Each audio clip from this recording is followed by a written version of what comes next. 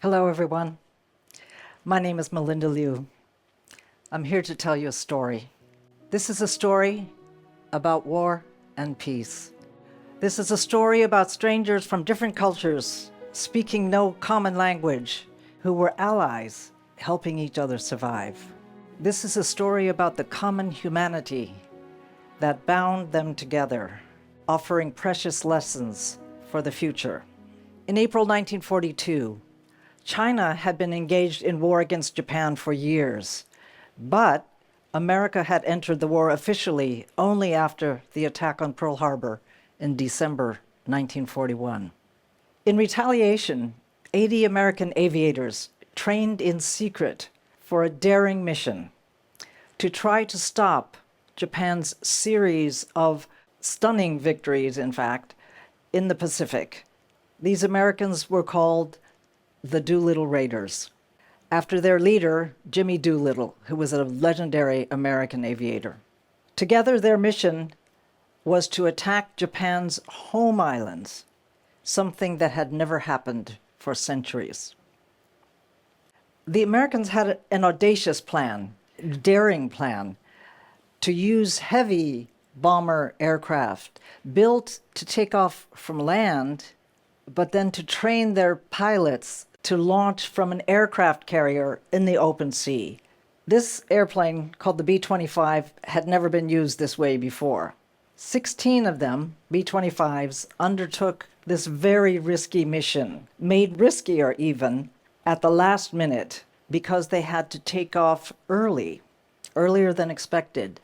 The Raiders bombed their targets in Japan. This was a success. Everything went to plan. It was a morale-boosting action, which helped eventually turn the tide of the war in the Pacific. And as the pilots were running out of fuel in their aircraft over the Pacific, a miraculous tailwind actually blew them overland. Instead, they largely were over China. As a result, the Americans had to bail out using parachutes over China, landing in 4 provinces, mostly Zhejiang and Jiangxi province, in areas occupied by the Japanese. You can imagine, most of these aviators found themselves alone, hungry, lost, and being hunted by Japanese troops. They were discovered by Chinese strangers, grassroots farmers, fishermen, guerrillas, military, even bandits.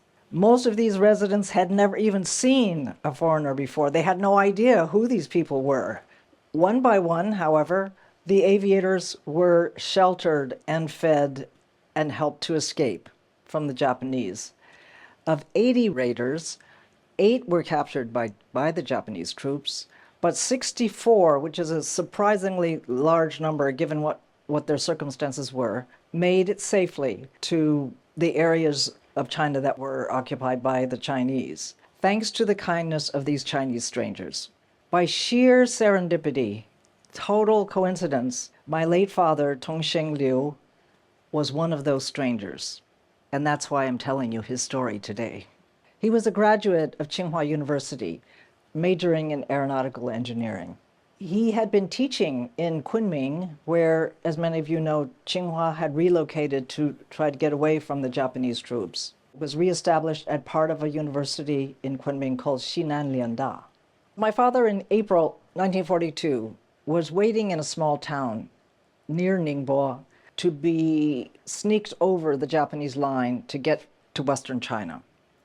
One evening, one of the locals came to his door, knocked on the door, and asked what should have seemed like a strange question. "Do you speak English?" And my father answered truthfully. He said, "Yes, I speak a little. Some of my university course material was in English." So they said, "Come with us and bring your suitcase." He didn't know what to expect.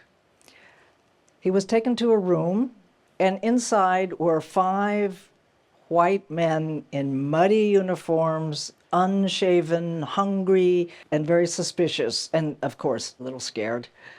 They were the number 2 crew of the Doolittle Raiders.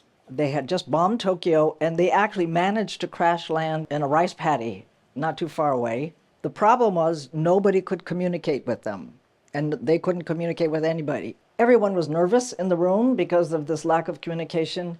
Immediately, my father determined that he would help as much as he could do. He became their translator, he became their guide, he traveled with them to get away from these dangerous areas. And from that point on, the Chinese, now being able to communicate, gave them incredible hospitality given the risks that were involved. Food, transport, protection, even had big gatherings in some towns away from the pursuing Japanese troops. My father traveled with crew number 2 to what is today called the city of Chuzhou in Zhejiang province. Other raiders were also gathering there, and they prepared for onward travel to Chongqing. He told me often that he spent time hiding in a large air raid shelter there, sometimes for almost the whole day, to protect themselves from Japanese bombing. His encounter was not unique, I have to say. Astonishing examples of sacrifice and survival involving Chinese and Westerners took place during the war, even before Pearl Harbor. The legendary Flying Tigers, whose name I think is familiar to most of you, began their daring exploits in the skies above China. They were mostly Americans, led by Claire Chennault, who fought under the Chinese military. The Flying Tigers shot down an extraordinary number of enemy aircraft, given their small numbers, and helped keep open the vital transport links through which supplies from British-held airports in India were brought to Western China, helping cities like Chongqing, Kunming, Chengdu, helping them stay alive. Last year, many audiences were moved to tears by watching a documentary titled The Sinking of the Lisbon Maru.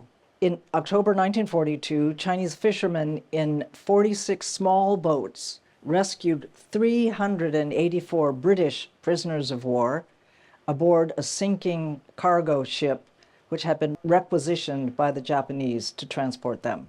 Recently, a memorial to these rescues was unveiled in Zhejiang province. So it was by sheer chance that some of the stories of these rescues that took place during World War II included my father's name.